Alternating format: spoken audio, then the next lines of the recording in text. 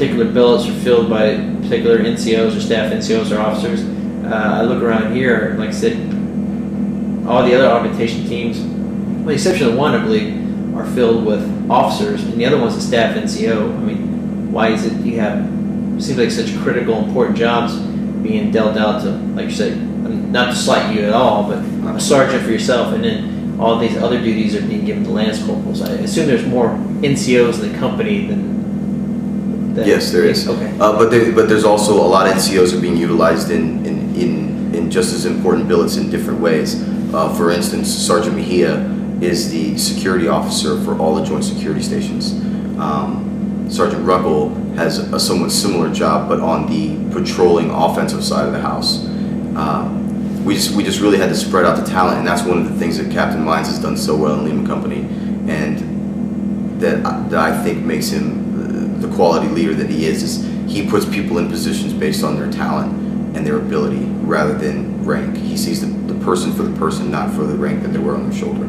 Yes, and actually, I was at the briefing for the advanced party for 2-8, the 2nd 8th Marines, and Captain Mines, the company commander of Lehman Company, stressed that several times during the briefing, that I believe he called it talent for rank. Yeah. You'll hear him talk about that a lot, and it's not just words. He practices what he preaches, and what we found, especially in this type of environment, is everything is personality based.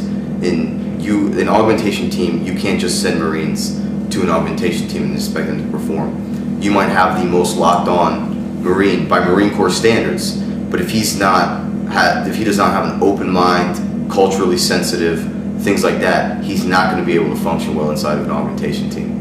Culturally sensitive. So, I mean, I imagine all the Marines were, once again, back when I was in the service, it was you, and you. You're going to do this. I assume the people who have been chosen for these augmentation teams, they were pre-screened and. Absolutely. Okay, so there's a lot of thought who came out to the augmentation. Yes, among the company staff, everyone in an augmentation team was personally chosen for their ability that we felt that they would be able to cope with dealing with a foreign culture 24 hours a day, 7 days a week.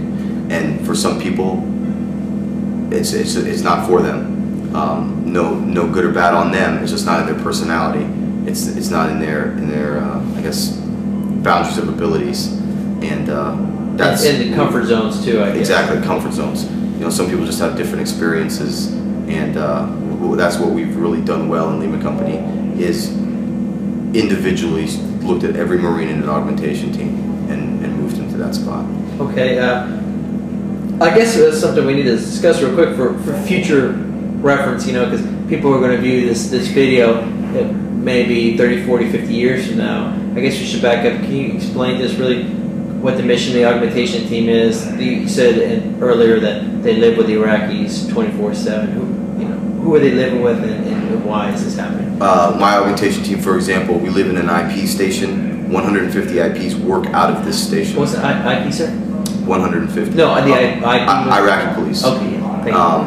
Thank you. 150 work out of this station. They're all from the local area. They don't live in the building like the Marines do, but we'll have anywhere between 20 and 70 Iraqi police in the building at any given time of the day. So this is an Iraqi police station? Absolutely. Okay. The Marines, we live toward the backs, our living quarters. We have Joint Command Center. Everything is cooperatively run. Our commons areas are the same commons areas as those of the Iraqi police. The only thing different is where we have beds here. Okay, so y'all eat and work hand in hand with the Iraqis? Absolutely. Is that right? Yes. So how is the relationship with the Iraqis? Is it? It's fantastic. It's better than I would have ever expected 7 months ago. I knew that with the right training and just the right frame of mind of our augmentation teams that we would be successful in bridging those cultural gaps and establishing good relationships. I could have never foreseen the success that we've had.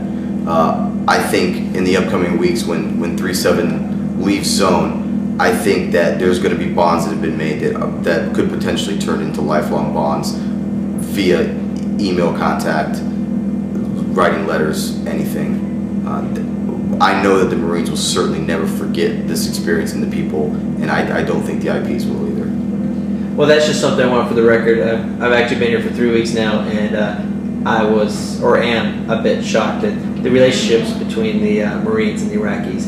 It does seem very sincere and genuine. So, yes, thank you for sharing that with us. Is there anything else you want? Because that's something we didn't talk about earlier, was how the augmentation teams really work. Is there something? Right. Well, basically, I mean, the mission statement is to train, mentor, and support the Iraqi police in order to someday transfer of authority of the entire AO, which means basically Marines are off deck. What we want to do is we just want to make sure that they are as strong as they possibly can be and have the right amount of support, so that when the Marines do leave, if the terrorists do think about coming back into this city, that they have the ability, the supplies, and the knowledge to combat that on their own. Okay. Well, from what I'm seeing, they look more like a security force. They're framed more on security forces. Are they moving toward more law enforcement? And if so, how are they? How is that being facilitated? Yeah, absolutely. When we first arrived on deck, we still had IPs in civilian dress, standing on street corners with AKs. More of kind of a neighborhood watch, security type mindset, as you said. What we've been able to do over the past 7 months is really go from, as the security level has been as permissive as it is, and as safe as the city has become, we've really been able to focus in on the training of the Iraqi police to make them a legitimate police force, similar like to that in America. The way we've done that is incorporation of State Department IPAs. Oh, IPA was that, sir? Well, it used to be IPLO, Iraqi Police Liaison Officer. The IPA, I'm not sure what the A stands for. And these are, who are these instructors? Where they come from? All former American police officers. They work for the State Department. They go through a screening process and training, and then they are sent over in country to basically, like I said, liaison officer, facilitate the training of the police. The reason behind them is the Marine Corps, Marines, we can train people to be like Marines. But that's not what we're looking for. We're not looking for a police force that operates like the United States Marine Corps does. We're looking for guys to police the community, provide community service, do that protect and serve function that the American Police Department serve. The things that we lack on is knowledge of like forensics, fingerprinting, police procedures, police report writing, and that's where IPLOs come into play, is they have that knowledge base. We can train Iraqis all we want on how to clear a room or how to search a vehicle, which are tools they absolutely need. But when you're talking about professionalizing an organization, those tools that the IPLOs bring to the fight are key. So have you worked with these IPLO people? And if so, okay, so what's your feeling on it?